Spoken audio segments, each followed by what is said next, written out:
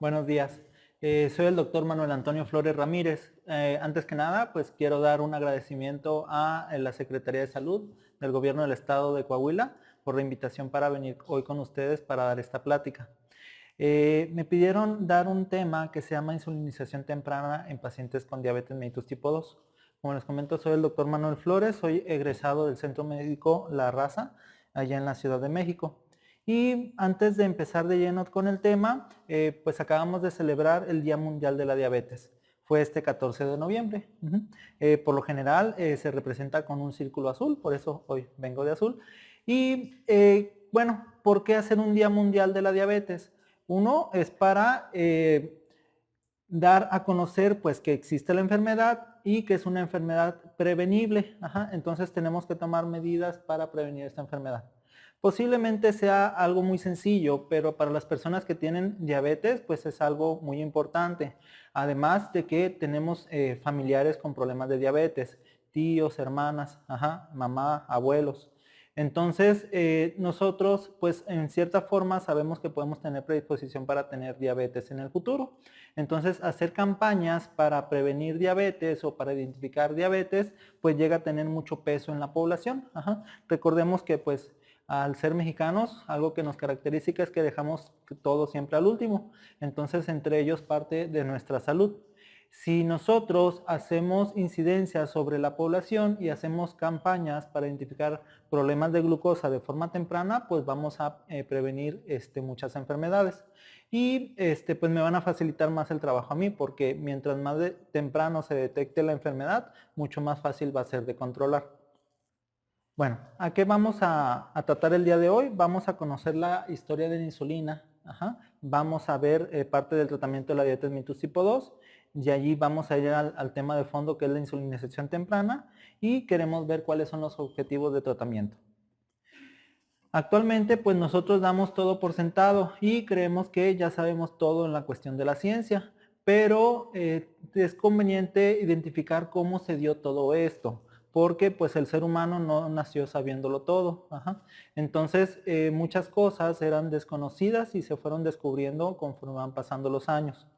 En la cuestión del páncreas, el primero en describirlo fue el doctor Langerhans. En 1869 descubrió los islotes pancreáticos. Adelante. Y él es patólogo, entonces empezó a describir estos islotes. ¿Qué es lo que se sabía del páncreas? Se sabía que era un órgano que se encargaba de la digestión de los alimentos. ¿Cómo sabíamos esto? Porque mediante disecciones, es decir, mediante cirugías, operaciones, pues era de notar que el páncreas tenía un conducto que va hacia el intestino y pues allí salían algunas enzimas que se encargan de digerir los alimentos. Y era todo lo que se sabía en cuanto al páncreas, y se dio por sentado que el páncreas solamente servía para la digestión de los alimentos. Entonces, lo que se hizo es de que se empezó a describir las células del páncreas y se descubrió un grupo de células que no se encontraba para qué funcionaban. Fue hasta que se empezaron a hacer experimentos en perros. ¿Qué es lo que le hacían a los pobres perritos? Les quitaban el páncreas. Sorpresa, que aparte de tener problemas digestivos, los perritos empezaron a desarrollar diabetes mellitus grave. Entonces fue cuando se empezó a relacionar problemas del páncreas con esta enfermedad que se conoce como diabetes. Entonces pensaron más allá. Bueno, si les volvemos a injertar el páncreas, ¿qué es lo que va a pasar? Y lo que ocurrió es de que empezaron a recuperarse del problema de la diabetes. Entonces daban por hecho de que existía una fuerte relación entre la enfermedad de la diabetes y el páncreas. Y es todo lo que se conocía. La diabetes se conoce desde hace muchos años, prácticamente ha estado toda la vida del ser humano la diabetes. Desde Aristóteles, que la empezó a describir. La describía como una enfermedad que causaba asombro. Las partes blandas del cuerpo, el músculo, la grasa, se salían del cuerpo a través de la orina, como si fueran viaductos. Entonces prácticamente el cuerpo se iba saliendo por la orina. Era la forma en que se describió por primera vez la diabetes. Y estamos celebrando el 14 de noviembre como Día Mundial de la Diabetes, porque en esa fecha nació una persona que se llama Banting. Es la fecha de cumpleaños de Banting y él empezó a aislar la insulina. Empezó a ver algunos escritos que relacionaban este órgano que se llama páncreas con los problemas de la diabetes, entonces querían saber qué es lo que controlaba la glucosa. No fue la única persona que empezó a hacer estos estudios, así como se hizo la carrera especial por ver quién llegaba primero a la luna, también existían muchos estudios a nivel mundial para identificar quién descubría primero por qué se relacionaba el páncreas con la glucosa. Ajá. Pero estamos hablando de los años 1920. Recordar que en 1918 se acabó la Primera Guerra Mundial. Ajá. Entonces, pues muchas cosas quedaron truncas, así como nosotros le echamos la culpa al COVID de muchas cosas que no hicimos y estamos dejando de hacer, también en aquella ocasión muchas cosas por la Primera Guerra Mundial se detuvieron, ajá, entre ellas algunas investigaciones. Ya después salió a la luz que algunos investigadores estaban más avanzados en cuanto a descubrir la insulina, pero pues por cosas del destino fue Banting y Best los primeros que la pudieron aislar. Entonces, otra vez los pobres perritos fueron víctimas de la investigación. ¿Qué es lo que le hacían? Empezaban a ligar el conducto pancreático y esto hacía que el páncreas exócrino, es decir, el páncreas que se encarga de la digestión de los alimentos, se empezara a necrosar, se empezara a morir y quedara solamente la función endocrina del páncreas. Los primeros experimentos se hicieron en 1921, fue con un perro pancreatectomizado, es decir, le quitaron el páncreas y empezaron a inyectarle esta insulina que fueron aislando del páncreas, ajá, de otro perrito. Entonces hicieron como un tipo de trasplante de esa sustancia, de ese extracto. Y Leonard Thompson en 1922 fue el primer paciente humano tratado con insulina. Se le trató a los 14 años de edad por algo que se llama acidosis metabólica, lo que ahora conocemos como cetoacidosis.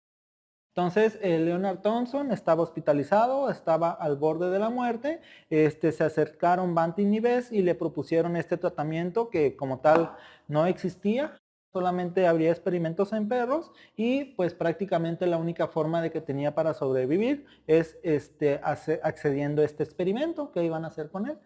Accedieron y afortunadamente sobrellevó bien esa acidosis metabólica que ponía en riesgo su vida en ese momento. Banting falleció a sus 27 años de edad, es decir, todavía vivió 12 años más, ajá, gracias a la insulina. Recordemos que el tratamiento pues era muy burdo, ajá, entonces prácticamente así como lo conocemos hasta ahora no, y Banting pues tuvo las complicaciones de diabetes. Se empezaron a hacer las primeras publicaciones en cuanto a la insulina y pues prácticamente esta es la primera publicación que hicieron Banting y Best. Tenemos que poner bien el contexto, qué es lo que pasaba. Hasta entonces, recibir el diagnóstico de diabetes equivalía a una muerte segura, generalmente en términos de pocos días o semanas. Es decir, si me diagnosticaban diabetes, yo ya sabía que a las semanas o meses me iba a morir. Prácticamente así eran las cosas. Entonces, al tener este tratamiento novedoso, pues prácticamente pues era una oportunidad para muchas personas para sobrevivir a esta enfermedad. Entonces, bajo ese contexto, pues, inclusive, pues fue algo milagroso. Digamos ahora como la vacuna del COVID. Entonces, para ponerles en un contexto. La segunda paciente en ser tratada fue Elizabeth Fuchs. Ajá. Ella era la hija del gobernador de Nueva York en aquel momento y pues prácticamente era su aspecto antes de recibir el tratamiento novedoso. Para poder sobrevivir tenía una dieta de apenas 400 kilocalorías al día y pesaba menos 21 kilos a los 14 años de edad. Entonces, es la publicación original y vemos aquí como dice que un milagro médico, ajá, porque prácticamente pues era eso, después de que todas las personas fallecían por diabetes, ahora que están sobreviviendo, pues era algo que iba a revolucionar el mundo. Y Banting y Best pues hicieron mucho dinero con esto. Ellos vendieron la patente de la insulina al laboratorio Eli Lilly y la vendieron por la exorbitante cantidad de $1. Es decir, solamente cobraron $1 por la patente de la insulina. ¿Por qué hicieron esto? Porque ellos eran muy conscientes de que no tenían los recursos necesarios para producir la suficiente cantidad de insulina para los millones de pacientes que había con diabetes en todo el mundo. Entonces, al ser conscientes que no podían hacer esto, vendieron la patente a este laboratorio que es muy famoso, Eli Lilly, y pues ellos se encargaron de todo. Se empezaron a producir la insulina, la empezaron a enfrascar, la empezaron a distribuir, pues algo que es muy complejo para un simple laboratorio universitario. Entonces, gracias a esto, pues la insulina pues se puede comercializar también fácilmente. Y la verdad es que sí ganaron mucho dinero porque al 1923 ganaron el premio Nobel. Entonces, pues eso les ayudó mucho. Entonces, posteriormente se hacían campañas para educar a los niños a cómo inyectarse la insulina. Esto es una fotografía real. Y entonces, para 1922 se empezó a utilizar la insulina por Banting y Best. Era una insulina muy precaria, se obtenía de los animales. Primero se obtenía de los perros, posteriormente se obtenía de los becerros, posteriormente se obtenía de los puerquitos. Entonces, como tal, era una insulina muy impura, muy burda. ¿Qué es lo que hacían? Le sacaban los páncreas, los empezaban como que a triturar y de ahí sacaban el extracto. Esto tenía muchos inconvenientes. Uno es de que causaba reacciones alérgicas y como tal no es la insulina así como la conocemos ahorita, que te vamos a aplicar tantas unidades de insulina. Era así al tanteo prácticamente. Entonces el humano pues no nació sabiendo, lo fuimos ir descubriendo conforme fueron pasando los años. Y hasta 1936 la vida media de la insulina era muy corta, era de apenas 3 horas. Entonces, ¿cuántas horas tiene el día? Tiene 24 horas, tenía que ponerse 8 aplicaciones al día para poderse mantener estables en cuanto al tratamiento de la insulina. Y era muy variable, es decir, o se les subía mucho la glucosa o se les bajaba mucho, era un tratamiento complicado. La ventaja es de que pues lo salvaba de morir, entonces eso era lo realmente, digamos, novedoso. Hagedorn, ¿qué es lo que hizo? Le empezó a añadir una proteína a la insulina. Esta proteína se llama protamina. Se obtiene del semen del salmón. ¿Y qué es lo que hizo? Empezó a estabilizar la insulina.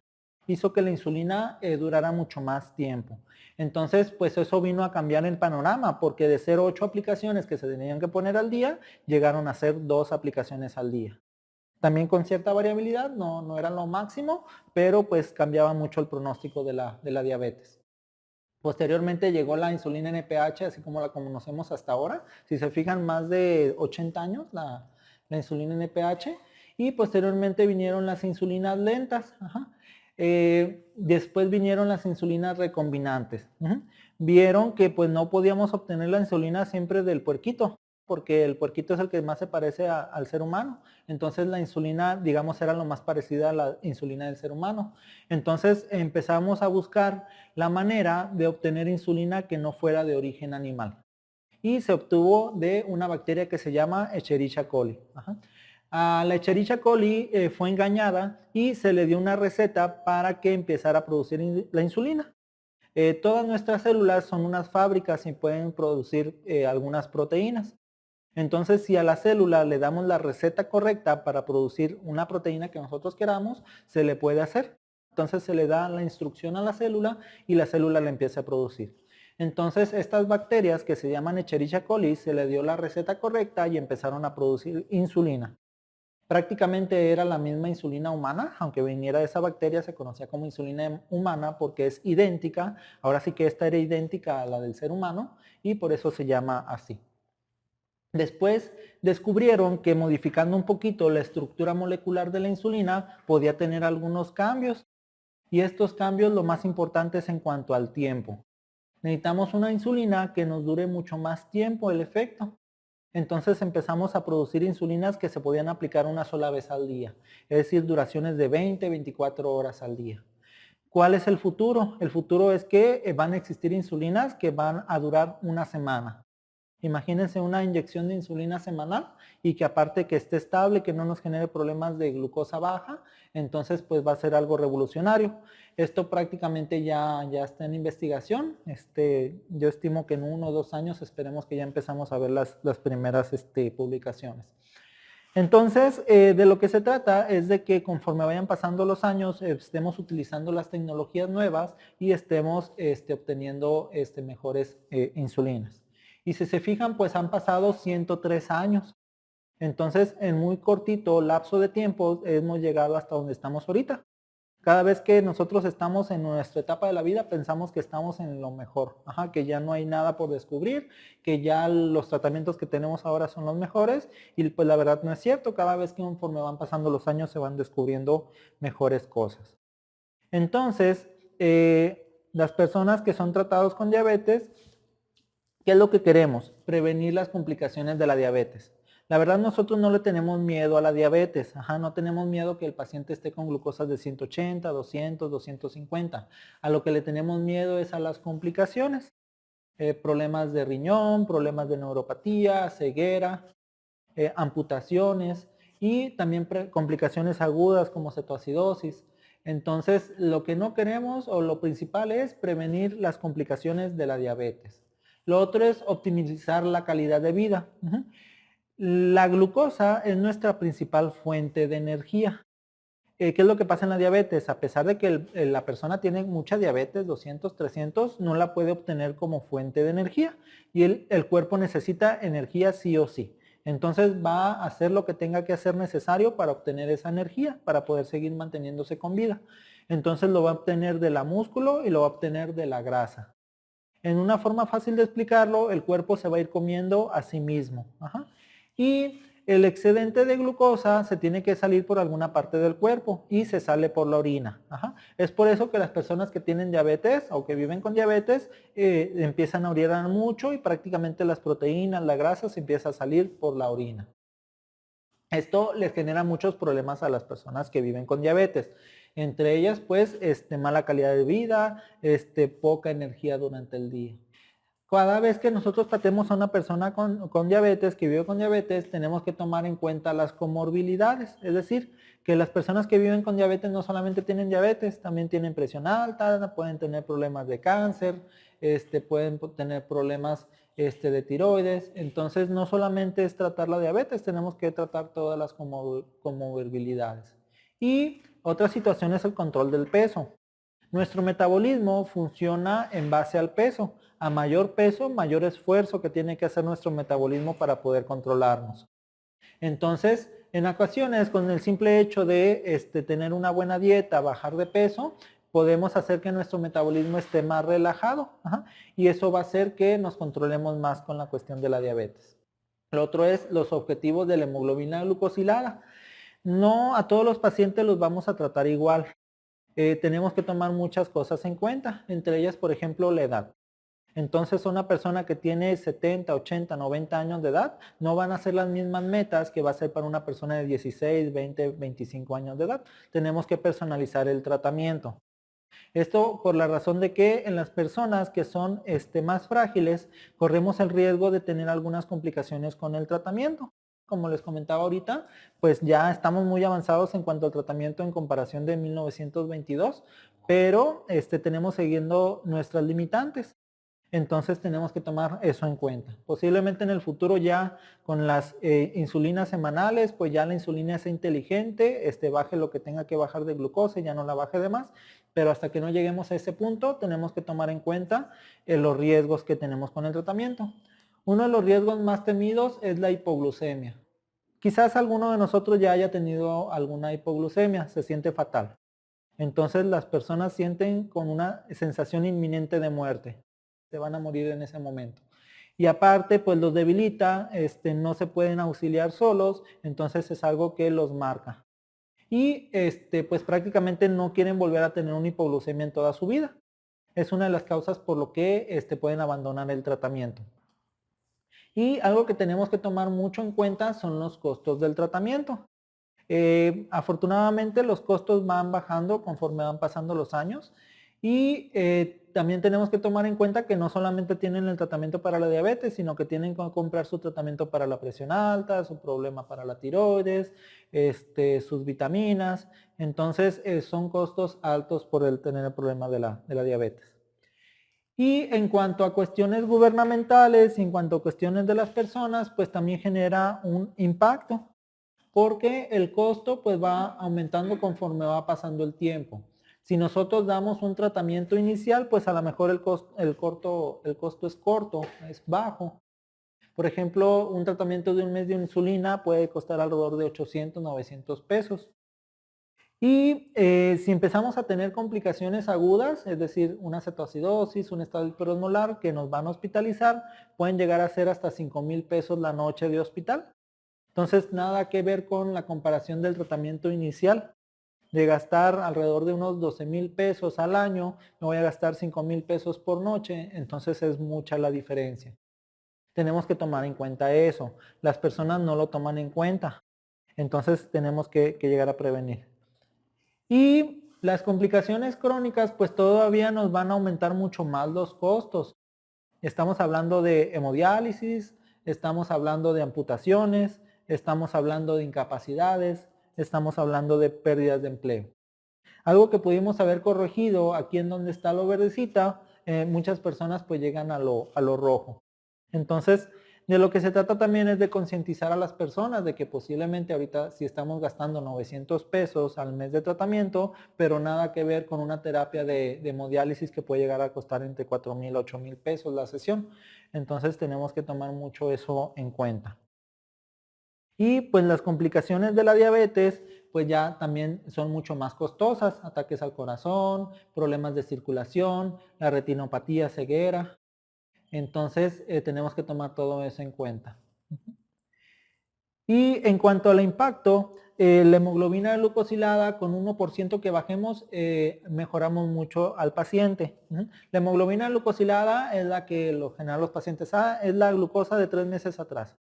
Entonces, esa hemoglobina glucosilada se pone con un porcentaje.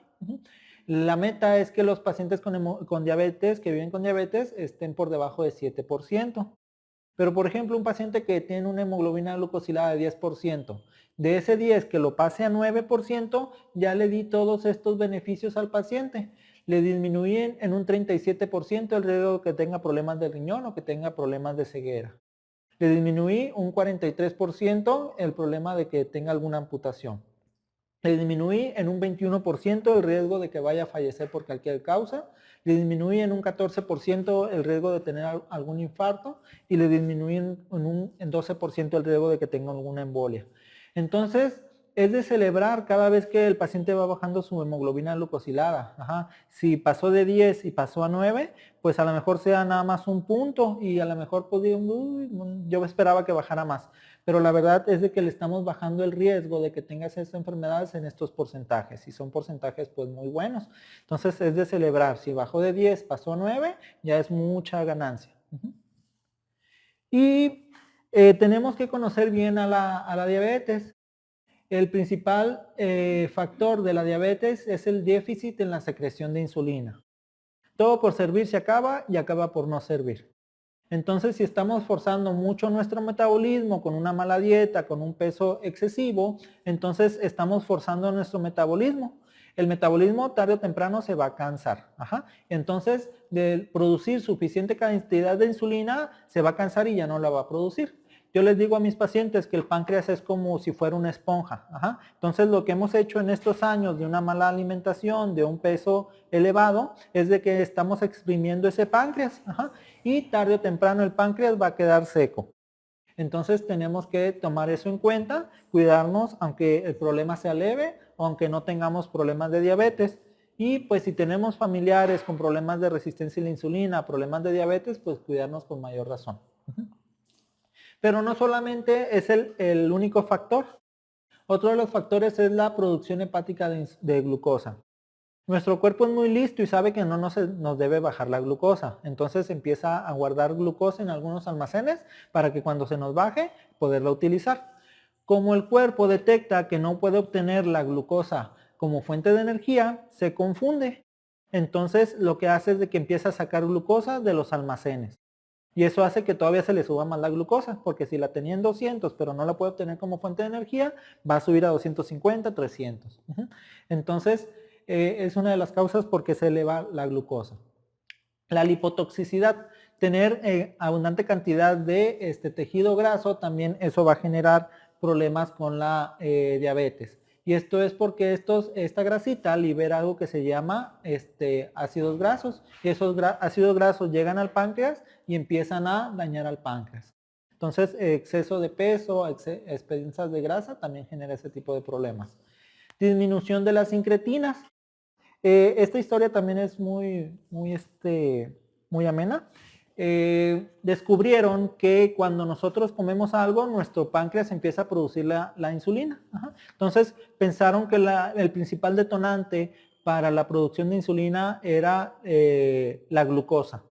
Entonces pensaron, bueno, si inyectamos glucosa directamente a la sangre, pues se va a producir todavía mucho más insulina, y descubrieron que eso no funciona así. Descubrieron que si nosotros inyectamos directamente la glucosa a la sangre, el páncreas no responde de forma tan eficaz. Entonces debieron de haber pensado, bueno, si le doy glucosa por la vía gástrica y si le doy glucosa por la vía parenteral, es diferente. ¿Por qué es diferente? Porque debe existir algo en nuestro sistema digestivo que promueve la producción de la insulina. Y esas sustancias se llaman incretinas. Es lo que ahora está de moda, como Ozempic, como liraglutida, que son tratamientos para diabetes. Malamente también se utilizan para bajar de peso, pero es así como funcionan. Prácticamente esas son incretinas, pero en forma sintética. Aumento en la secreción de glucagón. Entonces nuestro cuerpo se defiende, piensa que está con la glucosa bajita y empieza a echar mecanismos para que se eleve la glucosa. Incremento de la absorción renal de la glucosa. El riñón tiene la propiedad de recuperar glucosa. Sabe que la glucosa es importante, entonces no, va a dejar que no se esté escapando. Entonces lo que va pasando por el riñón del excedente de glucosa lo va metiendo nuevamente a la sangre. Y la disfunción hipotalámica. Esto hace que las personas tengan más apetito de lo habitual y estén ingiriendo alimentos que no deben. ¿Cuáles son las barreras para el inicio de la insulina? Tenemos varias barreras. Uno es la formación y la educación del paciente. Pues lamentablemente iniciar insulina pues no es cualquier cosa, es algo que va a marcar a la persona.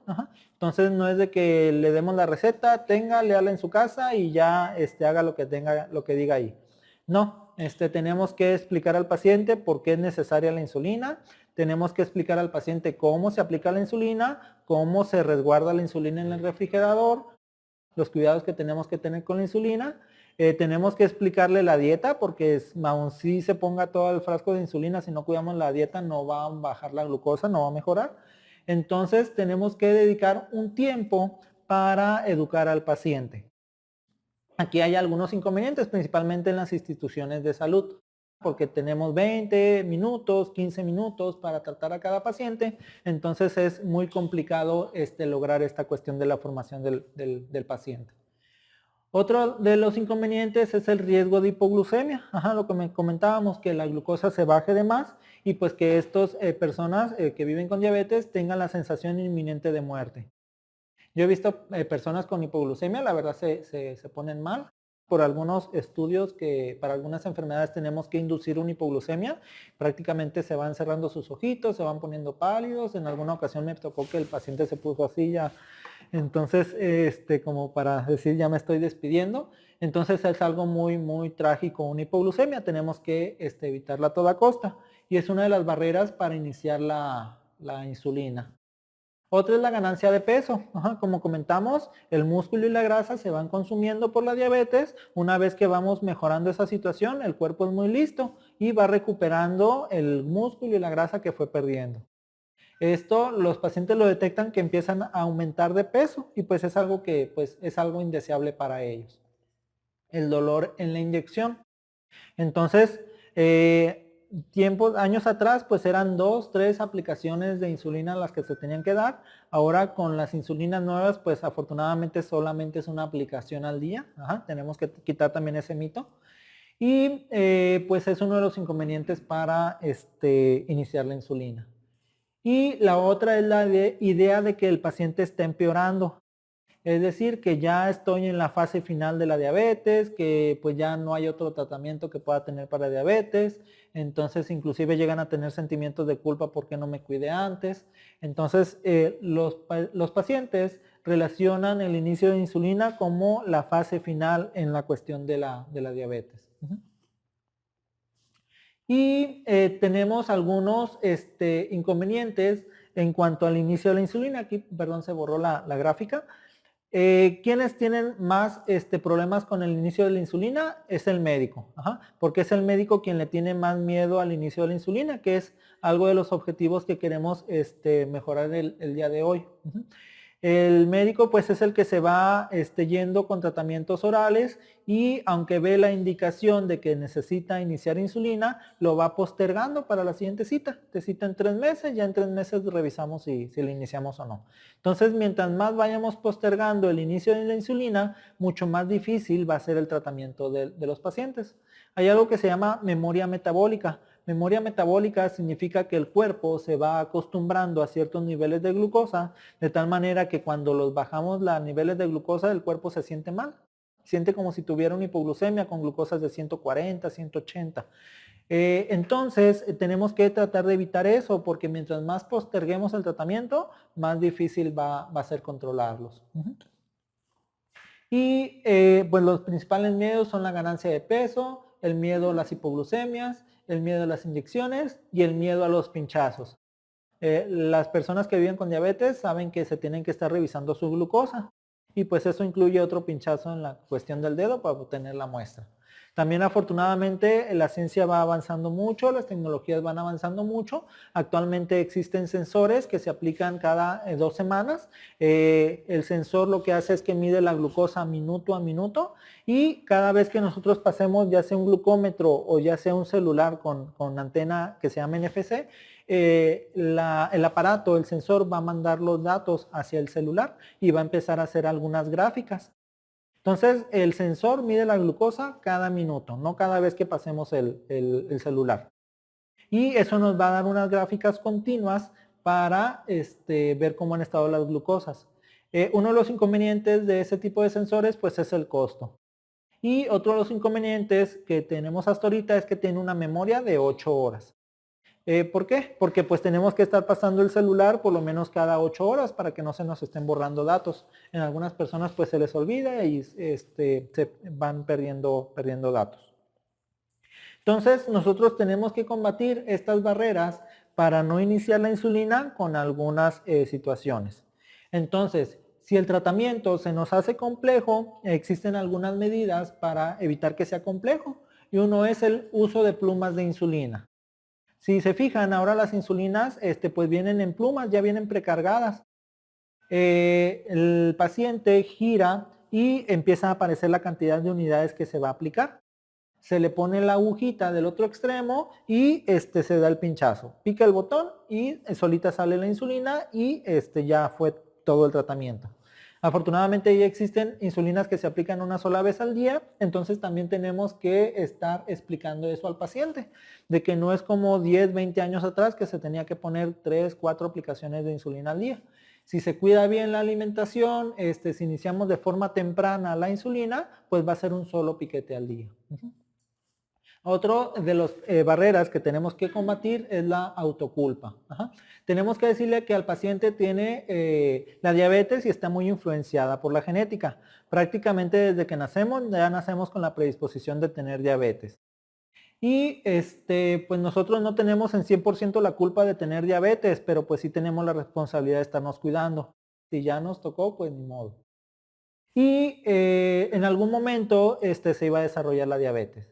Si estamos a tiempo, es decir, si todavía no tenemos la enfermedad, pues cuidarnos en lo mayor de lo posible para no desarrollarla.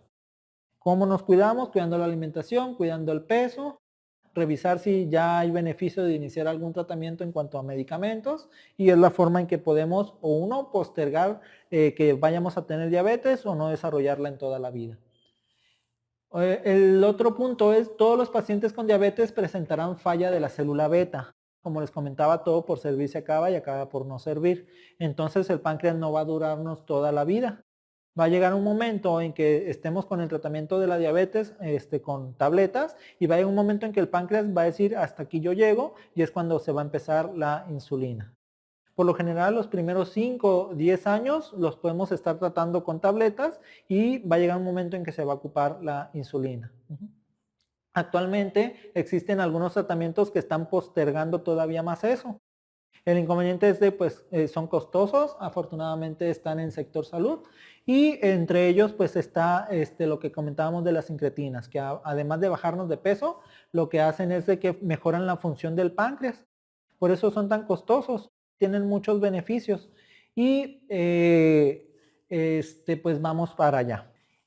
Otro es no utilizar la insulina como amenaza o castigo. Muchas veces le decimos al paciente, si no te controlas, a la siguiente consulta te inicio la insulina. Entonces eso está mal porque ya estamos haciendo al paciente pensar que es algo malo. Y otro de que si no me controlo, si no cuido la alimentación, pues me van a iniciar la insulina. Tenemos que erradicar eso de nuestra mente y de nuestra consulta para que una vez que se necesite iniciar la insulina, pues no tengamos tantas barreras para iniciarla. Y otro es el aumento de peso. En cuanto a la insulina, les puedo justificar que aumenten alrededor de 2,5 kilos una vez que se inicia. El excedente que subamos de peso, pues ya es por la alimentación. Entonces tenemos que explicarle muy bien eso al paciente, que si va a aumentar de peso, en teoría van a ser 2,5 kilos, 3 kilos, pero tenemos que cuidar la alimentación para que no suba los otros 7 kilos que llegan a subir. Entonces no le podemos echar toda la culpa a la insulina o a la diabetes. Y hace muchos años, este término ya es un término, la verdad es un término viejito, la insulinización temprana. Se hizo propagandas por empezar a insulinizar a los pacientes. Como tal es una propaganda muy buena. Existe mucha resistencia a ella, lamentablemente todavía. ¿Por qué? Porque pues los médicos pues se van haciendo como costumbre o se van acostumbrando al tratamiento con pastillas. Entonces los mismos médicos somos los que tratamos de evitar la insulinización. Pero el inicio de la insulina tiene algunas ventajas. Y uno es de que comentamos, el páncreas es como si fuera una esponja. Si nosotros empezamos a inyectar la insulina antes de que la esponja falle por completo, pues una parte de la insulina la vamos a poner nosotros con las inyecciones y la otra parte de la insulina la va a seguir poniendo el páncreas. Entonces vamos a hacer que el páncreas esté más relajado, que trabaje de forma más relajada y eso va a hacer que nos dure muchísimos más años el páncreas. Otra es de que si empezamos la insulinización temprana, pues vamos a iniciar con una dosis bajita de insulina, unas 10 unidades, por ejemplo. Pero si iniciamos cuando el páncreas pues ya no funciona, tenemos que dar toda la sustitución con insulina. Por lo general, nuestro páncreas, el natural, produce una unidad por kilo al día. Si peso 70 kilos, se producen 70 unidades de insulina al día del páncreas de nuestro páncreas. Pero si el páncreas falla por completo, entonces esas 70 unidades ya no las va a poner el páncreas, las vamos a tener que poner nosotros con la inyección. Entonces es cuando las pacientes necesitan dosis altas de insulina. Recuerden que la insulina pues tiene su costo. Entonces mientras más unidades de insulina, mucho más costos vamos a aumentar, porque es mucho más frecuente la compra de la insulina, por ejemplo. Entonces hay mucha diferencia de estar utilizando 10 unidades al día, así me voy a ir muchísimos años o quizás toda la vida. El páncreas ahí lo dejo tranquilito, que esté trabajando, pero no lo estoy forzando, me estoy cuidando la alimentación, estoy haciendo ejercicio, me va a durar muchísimos más años. Aparte, que nuestra vida no es completamente pareja, es decir, no es completamente estable. Tenemos altas y bajas. Por ejemplo, que nos enfermamos de la garganta, nos dio neumonía, una infección en la orina, lamentablemente pudo haber fallecido algún familiar. Entonces, todas esas situaciones de estrés también repercuten sobre el páncreas, aumentan las demandas de insulina del páncreas. Si el páncreas está dañado y tenemos una situación de estrés, pues el páncreas se va a quedar atolandrado, no va a saber cómo responder y es cuando vienen los problemas, cuando las personas se hospitalizan por diabetes, por ejemplo. Entonces, si nosotros estamos aplicando la insulina de una manera temprana, el páncreas está descansado, está relajado, al momento de que tenemos algún problema de salud, pues el páncreas saca la casta. Bueno, yo te pongo el excedente de insulina que necesitas, tú síguete poniendo, pero yo voy a ver la manera de darte esa insulina que te están pidiendo de más. Ya cuando pasa la enfermedad, que pasa la neumonía, pues ya el páncreas otra vez vuelve a estar relajado. Entonces, mientras más hidratada tengamos esa esponjita, mucho mejor. Y hay algunas aseveraciones por qué iniciar la insulina de forma temprana. Y uno es que la insulina hasta ahorita es el tratamiento más eficaz para el control metabólico. Las pastillas bajan cierta cantidad de hemoglobina glucosilada. Hasta ahorita la reina en cuanto al tratamiento sigue siendo la metformina. Puede bajar entre 1 a 1.5% la hemoglobina glucosilada. Como vimos en la diapositiva anterior, pues bajamos muchísimo el riesgo de tener problemas de embolia, tener problemas de ceguera, con el simple hecho de iniciar la metformina. Y los otros tratamientos, aunque son muy novedosos, nos bajan también la hemoglobina glucosilada, pero no son tan eficaces como la metformina. Podrán bajar 0.6, 0.8%, entonces no son tan eficaces. ¿Cuál es la eficacia? Que cuando juntamos metformina con algún otro tratamiento, pues digamos los porcentajes se van subiendo. Y es cuando podemos bajar un 2% de hemoglobina glucosilada. La insulina no tiene límite. La insulina va a bajar la hemoglobina glucosilada que nosotros queramos bajar. Puede bajar 2, 3% de hemoglobina glucosilada. Si queremos bajarlo más la hemoglobina glucosilada se puede hacer. Hasta ahorita es el tratamiento mucho más eficaz. Tiene esos inconvenientes que pues la mayoría es de que es inyectada. Entonces ya se han hecho algunas investigaciones para tratar de darla por otra vía, ya sea vía oral o ya sea vía inhalada, pero hasta ahorita no han sido eficaces. Entonces también por algunos efectos adversos se han tenido que cancelar esos estudios. Y la mayor parte de los pacientes que viven con diabetes van a requerir insulina en los primeros 5 a 10 años de tratamiento. Es muy importante saber cuántos años lleva la persona con la enfermedad de la diabetes. ¿Por qué? Porque eso ya me va a dar como cierto pronóstico. Si me dicen, no, pues es que ya llevo 5 años, ya estoy pensando, ya hay que empezar insulina. Entonces, o ya llevo 10 años, también a lo mejor ya hay que empezar insulina. Entonces, el tratamiento con pastillas no va a ser para toda la vida. En algún momento el páncreas va a dejar de funcionar y es cuando vamos a iniciar la insulina. El inicio temprano de la insulina va a mejorar la función de la célula beta, evita algo que se llama glucotoxicidad. Glucotoxicidad significa que existe suficiente cantidad de glucosa en la sangre que bloquea algunas funciones de algunas células. Entre ellas, le bloquea la función de la misma célula que produce la insulina. Entonces, esa célula que produce la insulina se bloquea mucho más rápido, deja de funcionar. Si nosotros controlamos los niveles de glucosa, hacemos que esa célula beta nos dure mucho más tiempo también. Y el retraso del inicio de la insulina se asocia a las complicaciones crónicas. Entonces, mientras más rápido controlemos al paciente, damos menos pie a que se formen problemas de ceguera, problemas de amputaciones, problemas de neuropatía. No sé si conozcan las manzanas acarameladas. Son unas manzanas muy duras. O inclusive cuando nosotros tocamos algo dulce nos da como cierto asquito porque se nos queda pegado en las manos. Ahora imagínense ese excedente de glucosa circulando por nuestra sangre. Todo lo que va de excedente de glucosa se va pegando. Se va pegando a las venas, se va pegando a las arterias, se va pegando a los nervios. Y prácticamente no solamente corre en la sangre, sino que está en todo el cuerpo. En una forma fácil de explicarlo, nuestro cuerpo se está haciendo como si fuera un caramelo. Y se va endureciendo. Una célula dura no sirve. Por ejemplo, los vasitos de la retina, si se vuelven duros al momento de que tengamos un golpecito, por más mínimo que sea, ¡pum!, se van a romper, se van a trozar como si fueran un cristal, como si fueran un vidrio. Entonces, tenemos que hacer que el cuerpo no esté tanto en contacto con la glucosa alta para que nuestro cuerpo no se haga como si fuera un caramelo. Entonces, también, por ejemplo, al momento de tener alguna herida, esa célula que estaba sanita, que estaba blandita, que producía sus sustancias, si la volvemos una célula dura, pues ya no va a pegar la herida, va a batallar para que vuelva a cicatrizar. Es por eso la importancia de que mientras más rápido lo llevemos al paciente a glucosas normales, pues estemos mucho mejor.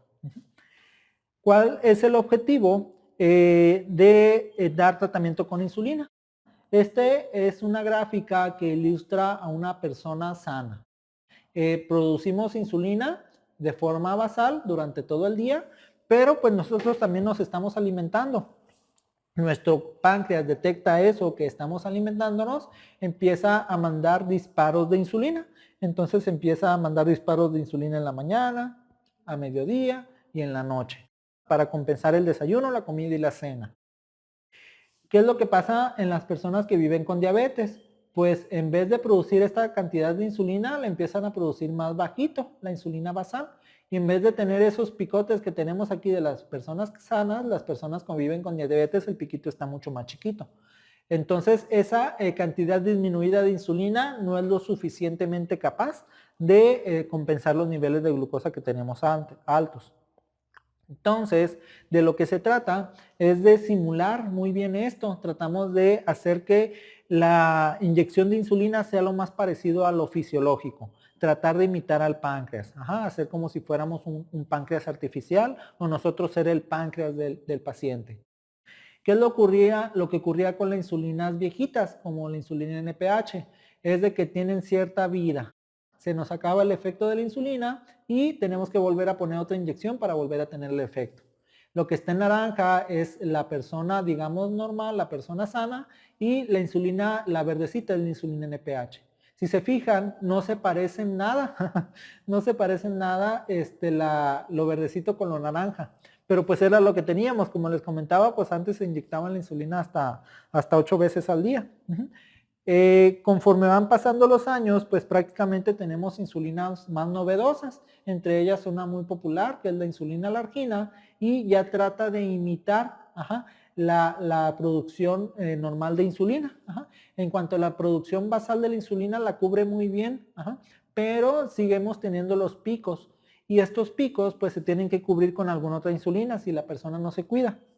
Si la persona cuida su alimentación, pues menos van a ser los requerimientos de insulina en estos picos, o estos picos los puede cubrir el páncreas.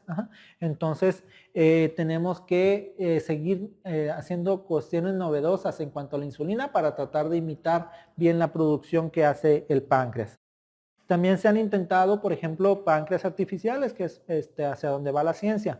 Se pone un sensor de glucosa y al otro lado se pone una bomba de insulina, entonces están conectados. Y mediante algoritmos de informática, pues se va viendo cuánta glucosa tiene. Bueno, necesita esta cantidad de insulina. Entonces el sensor detecta la glucosa, el otro aparato de la bomba empieza a inyectar la cantidad de insulina que se requiere.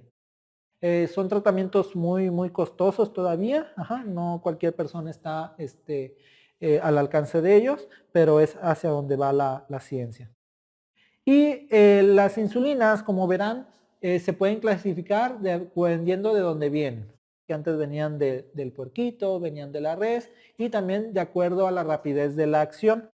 Si se han dado cuenta, entonces es muy importante el tiempo que dura la insulina, para en vez de ponernos 8 piquetes al día, sea un piquete al día.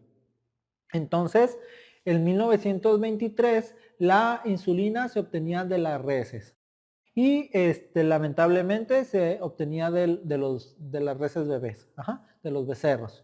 ¿Por qué? Porque era el páncreas que tenía mayor concentración de insulina. Entonces los tenían que sacrificar, les quitaban el páncreas y de ahí sacaban el extracto de la insulina. Tenía 3 aminoácidos de diferencia en comparación del humano, pero encontraron que la insulina del puerquito nada más tiene un aminoácido de diferencia.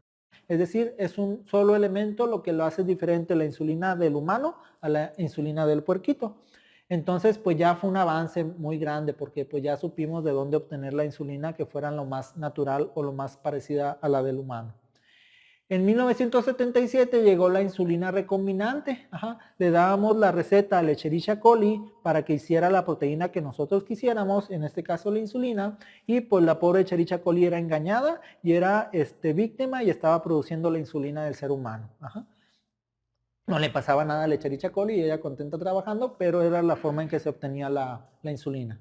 Y posteriormente vienen los análogos de la insulina. Análogos de la insulina significa que ya no lo obtenemos de la Escherichia coli, ya se obtiene de los laboratorios y modificamos la estructura molecular de la insulina para hacer lo que queramos con la insulina. Esto tiene algunas ventajas porque hacemos esas modificaciones y podemos hacer que la insulina sea mucho más estable, que dure mucho más tiempo, por ejemplo, en el organismo, o que sea mucho más inteligente, que no baje la glucosa de más. Y con esto podemos clasificar las insulinas de esta manera. Existen las insulinas ultra rápidas, existen las insulinas rápidas, las insulinas de acción intermedia, las insulinas de acción prolongada y unas que son premezcladas. Bueno, aquí algunos términos son incorrectos, pero más que nada porque pues llevamos poquito tiempo con la insulina. Si recuerdan, apenas tenemos 103 años con la insulina. Entonces, lo primero que se descubrió fue la insulina rápida y así se le quedó el nombre, también se conoce como insulina humana. También es por eso que algunas personas tienen algunas confusiones en la farmacia cuando van a comprar la insulina, que tienen 2, 3 nombres, ya no sabemos cuál es cuál. Posteriormente pues se va a ir corrigiendo eso. Y encontraron que había unas insulinas que actuaban mucho más rápido que la rápida. Entonces ya no supieron cómo llamarlas y se le llamó acción ultra rápida. Y ahora todavía hay otras insulinas que actúan de forma mucho más rápida, pero pues ya no sabemos cómo ponerle porque ya ultra rápida o super ultra rápida pues ya suena raro. Entonces eso se va a ir corrigiendo conforme vaya pasando el tiempo. Y hasta ahorita tenemos este tipo de insulinas. Las más populares pues siempre va a ser la insulina rápida, la insulina NPH, la insulina alargina.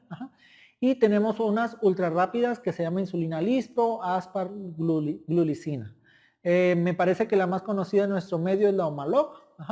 Y de la insulina rápida también se llama insulina regular, también se llama insulina humana. Tiene tres nombres. La insulina NPH es la que los pacientes dicen que es la lechosita, porque es como blanquita. Y la insulina alargina es una insulina transparente. La marca más conocida de la insulina alargina es la insulina Lantus. Entonces, dependiendo la velocidad de la acción, es el nombre que tiene la insulina y son las marcas que se conocen de insulina.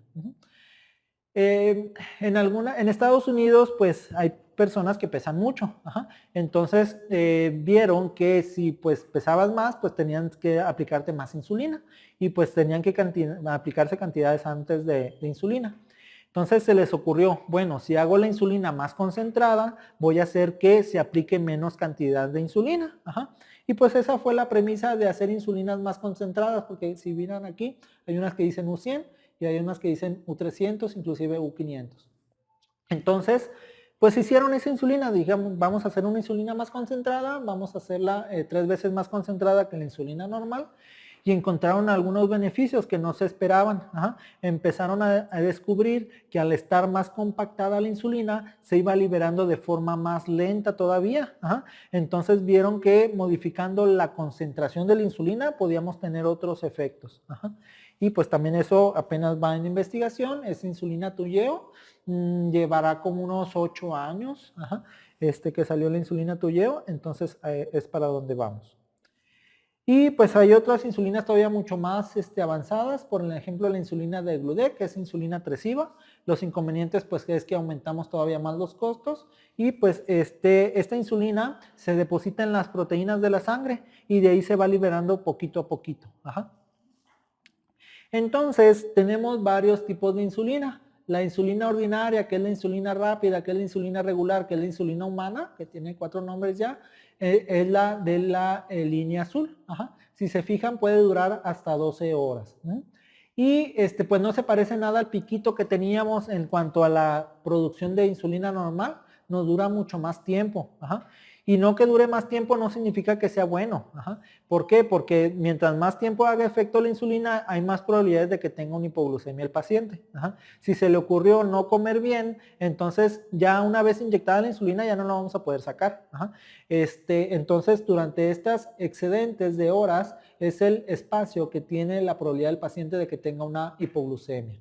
Es por eso que se decidió hacer insulinas que funcionaran de una forma más rápida que las rápidas, que es la insulina lispro, aspar y glulicina, las que se llaman ultra rápidas. Entonces, si se fijan, este piquito que está en rojo se parece mucho más a la producción de insulina que hace la forma normal del páncreas. Entonces, el tiempo de acción es mucho más corto. Eso de lejos de ser algo malo es algo bueno, porque significa que es mucho menos la probabilidad que se le vaya a bajar la glucosa al paciente y le va a funcionar nada más durante ese desayuno, comida o cena que haya tenido. También tenemos unas insulinas que nos duran todo el día. Entonces, esta duración prolongada de la insulina va a hacer que sea una sola aplicación al día y va a hacer que disminuyamos el riesgo de que se le vaya a bajar la glucosa de nada más.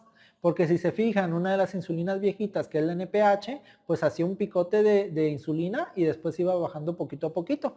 Durante este picote de insulina se le podía bajar la glucosa de más al paciente. Entonces, es por eso que es importante saber cuánto dura la insulina. La insulina Lispro podrá durar unas 4 a 6 horas. La insulina rápida dura 6 a 10 horas, que como les comento, lejos de ser algo bueno, es algo malo, porque es el tiempo que puede llegar a tener un bajón de glucosa el paciente. La insulina NPH llega a durar entre 12 a 20 horas, es decir, no dura todo el día. Si se la aplica una sola vez al día, va a haber 4 horas a 8 horas, ¿no? Hasta más, hasta 12 horas que va a estar desprotegido, si se la pone una sola vez al día. Y también existe la insulina largina, que tiene la ventaja que dura de 20 a 24 horas. Entonces, conforme van pasando los años, se van descubriendo insulinas que son mucho más semejantes al páncreas normal y eso va a tener algunos beneficios. Si se fijan, estamos en pañales todavía en la cuestión de la insulina. Afortunadamente la ciencia está avanzando de forma muy rápida. Lamentablemente todavía tenemos que recurrir a insulinas que son muy viejitas, que ya tienen más de 60 años por las cuestiones de costos. No todas las personas pues pueden solventar el compra de una insulina largina, pero pues es lo que tenemos y es lo que tenemos que utilizar. Tenemos que acomodar nuestros tratamientos en base a las posibilidades del paciente. Y pues prácticamente la insulina tiene que ser un derecho universal de todas las personas. Todas las personas tienen que tener el acceso a este tipo de tratamientos. Si no, vamos a remontarnos a 100 años atrás, donde todas las personas que tenían diabetes, pues prácticamente era una sentencia de muerte. Entonces, prácticamente ahora las personas que están así con diabetes, pues, y que no están controlados es porque no quieren. Y pues tenemos varios tipos de insulina. Esta pues ya está como que repetitiva. La ventaja de aquí pues es saber el tiempo de acción de la insulina y que en cuanto a las insulinas de acción rápida, regular, humana, normal, es más riesgo de hipoglucemia. Y conforme van pasando los años, pues se van obteniendo nuevas tecnologías. Lo que hacemos es de que inyectamos la insulina y la inyectamos en la grasita. De lo que se trata es de que caiga en la grasita. ¿Por qué? Porque ahí se va a depositar la insulina. Y de ahí se va a ir descomponiendo poquito a poquito y se va a ir liberando a la sangre. Es la forma en que hacemos que la insulina dure más tiempo. Entonces, desde que se le puso la protamina a la insulina NPH, es la forma en que se pudo estabilizar más en el tejido graso, y la forma en que se va liberando más poquito a poquito. De allí vino la insulina U100, la insulina largina U100, que también se va descomponiendo poquito a poquito, y después vino esa cuestión novedosa que dijimos, vamos a hacer una insulina que esté mucho más concentrada. Si se fijan, aquí es un molocote de insulina, pero se va liberando de forma más lenta todavía que la insulina largina. Entonces, esa es la ventaja de utilizar insulinas más concentradas. Otra insulina novedosa es la insulina de Gludec, que esta, en vez de depositarse en la cuestión del tejido graso, se deposita en la sangre, y de ahí se va liberando poquito a poquito de las proteínas. Y los inconvenientes de utilizar una insulina viejita, la insulina NPH, es que es muy variable. Y es muy variable en el mismo individuo. Es decir, que si yo me la pongo ahorita, no me va a hacer el mismo efecto que me haga la que me ponga mañana, ni me va a hacer el mismo efecto que me la ponga la de pasado mañana, aunque me ponga la misma cantidad de unidades. Es decir, es algo inestable la insulina. De tal manera que un día puede ser que la insulina me funcione así, inclusive me pueda durar hasta las 24 horas en cuanto a la insulina NPH. Pero puede ser que otro día me suba de más la cantidad de insulina que me inyecté y ya no me dure todo el día. Y pico que tuvimos de insulina de más, hay riesgo de que se me baje la glucosa. O puede ser que inclusive si me duró más de 24 horas, me puse la otra inyección y ya se me bajó la glucosa porque se me juntaron las dos inyecciones. Y hay otras situaciones en que dura lo que queremos que dure. Entonces es muy variable la insulina NPH. Entonces esto hace que las personas pues se sientan mal. Y posteriormente vinieron insulinas más estables, que es la insulina alargina. Tiene la característica que es clarita, es transparente, es como si fuera agua. Entonces, una forma que hizo yo para identificarlos, porque los pacientes pues no se aprenden los nombres de los medicamentos y tampoco de las insulinas, es la clarita, la que es agüita o la que es lechosita o lo que es transparente. Entonces, la que es transparente es la insulina alargina. Tiene un pH de 4.0. Esto significa que es una sustancia ácida. Y cuando se inyecta en un tejido adiposo subcutáneo que tiene un pH de 7.4, esta diferencia de pH de 4 a 7.4 hace que la insulina alargina se cristalice, se formen como si fueran unos cristales, unos vidrios allí en el tejido graso, en la grasita. Y esto pues también tiene algunos inconvenientes. El inconveniente es que arde. Entonces la insulina alargina arde. Si los pacientes dicen, es que me arde, pues es que así funciona. No tenemos de otra. Ya posiblemente en el futuro haya algunas que no ardan, pero hasta ahorita la que tenemos, digamos, la mejor que es la insulina alargina, va a arder. El ardor va a durar alrededor de 3 a 5 minutos y se va a quitar el ardor. Entonces, nada más advertir al paciente que puede llegar a sentir eso. Una vez que se forman esos cristales en la grasa, se va descomponiendo el cristal poquito a poquito y se va liberando hacia la sangre. Es la forma en que actúa la insulina alargina. Y pues el paciente se tiene que estar cuidando de la dieta, se tiene que estar haciendo ejercicio. Si no llegamos a controlarlo con una insulina basal, que sería una sola aplicación al día, entonces tendríamos que poner más inyecciones de insulina, que es cuando los pacientes se inyectan 3, 4 veces al día. Pero tiene mucho que ver, 1, cuándo se inició el tratamiento, 2, el régimen que tengan de la alimentación. Mientras menos cuidemos la alimentación, pues vamos a ocupar más insulina para poder metabolizar todo ese alimento. Y como les comentaba, el término insulinización temprana es un término viejito.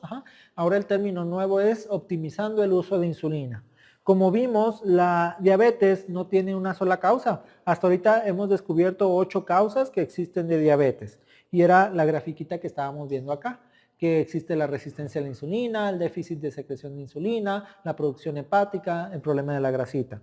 Entonces, tenemos que tener algunos tratamientos para mejorar cada una de esas situaciones. Por ejemplo, el uso de metformina, el uso de pioglitazona, el uso de glimetlamida, de los tratamientos novedosos como el Ozempic, liraglutida, metformina. Entonces, tenemos muchos tratamientos para tratar las diferentes causas que existen de la diabetes. Y si nosotros combinamos el uso de metformina con la insulina, pues vamos a bajar 1% que baja la metformina más el otro porcentaje que nos va a bajar la insulina y vamos a llegar a las metas de control del paciente con diabetes. Es decir, al paciente no lo podemos dejar hasta ahorita con un solo tratamiento. Son muchas causas que generan la diabetes, son varios los tratamientos. Lo que existe ahora es de que se están haciendo polipíldoras, es decir, que una píldora tiene combinaciones de tratamientos y hacemos así que el paciente no tenga que tomar tantas pastillas. Y pues prácticamente tenemos que saber los objetivos del tratamiento de la diabetes. Uno es que la hemoglobina glucosilada, la que se mide cada 3 meses, esté por debajo de 7%. Que la glucosa de ayuno esté saliendo entre 80 a 130. Que la glucosa después de los alimentos esté por debajo de 180. Y como les comentaba, teníamos que personalizar este tratamiento. Es decir, no va a ser el mismo tratamiento para una persona de 80 años que para una persona de 20 años de edad. Si el paciente es de reciente diagnóstico, no tiene problemas cardiovasculares y el riesgo de que le baje la glucosa es bajito, vamos a ser mucho más exigentes. Ya no vamos a querer este 7%, vamos a querer que baje a menos de 6.5%. Y si el paciente es frágil, si tiene años de edad, si ya tuvo alguna embolia, si ya tuvo algún infarto, si ya tuvo alguna amputación, pues ya no podemos ser muy exigentes con él, por lo menos queremos tenerlo por debajo de 8%. Sí le vamos a exigir, pero no al grado de tenerlo 100% controlado. Y eso es porque pues realmente pues a veces se sienten peor cuando están más controlados, también por todos esos años que han estado en descontrol de la diabetes. Entonces de lo que se trata es de mejorar la calidad de vida, que se sientan bien, ya veremos la manera de hacerlo. y que la fuente de energía vuelva a ser la glucosa, y tenerlo en una medida que ya no siga aumentando sus complicaciones de la diabetes. Pues este es un algoritmo de tratamiento. Más que nada el objetivo que tenía yo hoy era modificar el pensamiento en cuanto al inicio de insulina. Estamos, digamos, en pañales todavía en cuanto al tratamiento de la insulina. Conforme vayan pasando los años van a aparecer nuevos tratamientos. No hay que desesperarnos, es el tiempo que nos tocó vivir. Afortunadamente no fue antes de 1920 que pues el pronóstico era fatal. Pero pues tenemos formas de tratarlo. Posiblemente no sea un tratamiento 100% perfecto, pero está trabajando en ello. Y pues en algún momento llegará un momento en que el paciente tenga mucho más libertad de consumir algunos otros alimentos. Hasta ahorita pues nos tenemos que cuidar como si fuéramos en 1920 casi. Y pues ya llegamos a las conclusiones. Uno es que la insulinización temprana va a reducir el riesgo de las complicaciones micro y macrovasculares. Tenemos que quitarnos el miedo de la insulina. Nosotros le tenemos más miedo a las complicaciones, entonces cambiar ese panorama de que si no quiero que tenga problemas de embolia, pues mejor tengo que controlarlo desde ahorita.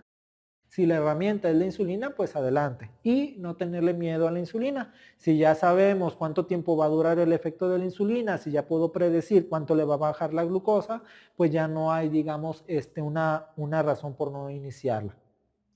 Más que nada los costos. La insulina temprana debe ser fácil, debe ser simple y debe mejorar la calidad de vida. Entonces, mientras más fácil hagamos el tratamiento para la persona que vive con diabetes, mucho más apego va a tener a él.